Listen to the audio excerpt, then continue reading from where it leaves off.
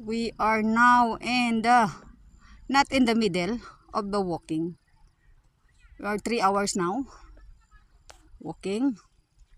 So we have still 5 hours. Look at this nature. It's very nice. And they have also a rice terraces, they call it. Look at that. They do like this. Yeah. You'll find people there in the mountain. Yes, we're going still walking there. My buddy is there already.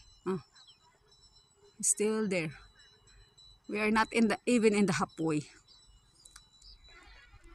Because we walk like 8 hours, but we will walk slowly.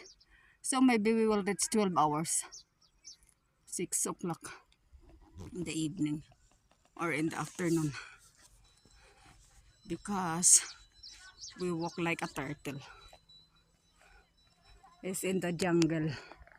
So this is the way to the jungle. So I was realized that I am carrying almost 40 kilos in my body.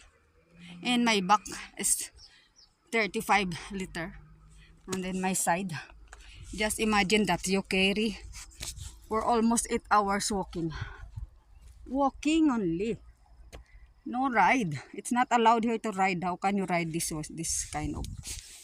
You know this? Yeah, this is only the road. But you walk.